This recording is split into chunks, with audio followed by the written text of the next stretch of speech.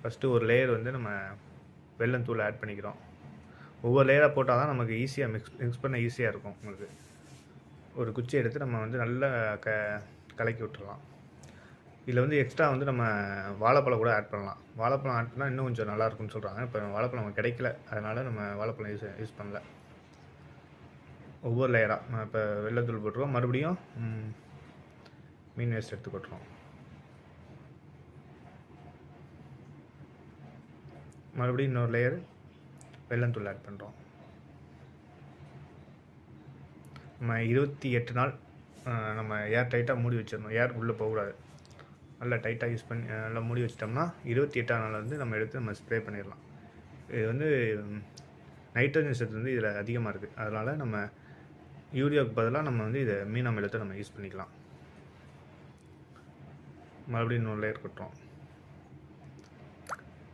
கடைசியாக மீதி இருக்க அந்த வெல்லத்தூள் ஃபுல்லாக கொட்டிட்டு ஒரு குச்சி எடுத்து நல்லா கிளறி விடுறோம். நம்ம அடியில் வந்து அப்படியே மீன் வேஸ்ட்டு மேலே அப்படியே ஃபுல்லாக அப்படியே வெல்லத்தூளையும் போட்டு நம்ம மிக்ஸ் பண்ணுறது கஷ்டம்.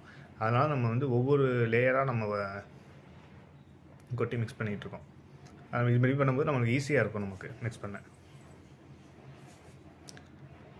நல்லா கிளறி விடணும். அது 28ஆம் நாள் வந்து நம்ம எடுத்து அதை ஈஸியாக வடிகட்டி எப்படி வடிகட்டுறது நான் இன்னொரு வீடியோவில் போட்டிருக்கேன். இதுக்கு முதல்ல உள்ள வீடியோ எப்படி ஈஸியாக வடிகட்டுறது அப்படின்னு. நல்லா கிளறி விடணும். கிளறிவிட்டு நல்லா ஒரு 28 நாள் ஏர் போகாத மாதிரி நல்லா டைட்டாக மூடி வச்சுட்டு ஒரு டேங்குக்கு வந்து நம்ம வந்து 250 ml போட்டு அடிக்கலாம்.